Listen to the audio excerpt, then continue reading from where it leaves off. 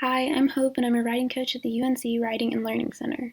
This is how I use Zotero to store and cite my sources. After downloading Zotero and its connector to my computer, I begin by finding an article on a research database, like using UNC libraries. Then I click on the Zotero button in the upper right corner. This sends the article's PDF and its citation information into the Zotero application on my computer, which I have already organized into different tabs for different classes I'm in. Then I go to my paper, where I click on Add Edit Citation to get Zotero to cite a source in text for me, or in the bibliography by clicking the Add Edit Bibliography button.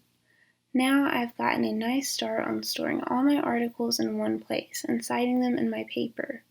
All that's left to do is check Zotero's citations for accuracy using a citation guide.